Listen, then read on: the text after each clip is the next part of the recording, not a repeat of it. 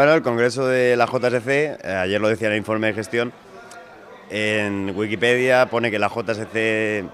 normalmente tiene congresos convulsos y llenos de conflictos, y este congreso es totalmente lo contrario. Es un congreso donde se ve la madurez de la organización, donde la militancia y las diferentes federaciones están unidas y luchando por un proyecto de futuro y un proyecto que ha de ser, como dice el Congreso, de energías renovadas para luchar contra lo que está pasando en la calle y con lo que está pasando en los gobiernos de derechas de España y de Cataluña. Bueno, los retos básicamente vienen a ser luchar contra ese ataque brutal, contra los derechos adquiridos que hemos conseguido entre todos, luchar por seguir defendiendo este estado de bienestar, luchar por mantener el sistema educativo, por mantener el sistema sanitario y sobre todo movilizarnos más, llegar más a la gente, llegar más a la calle y hacer política de calle y política para la gente y con la gente.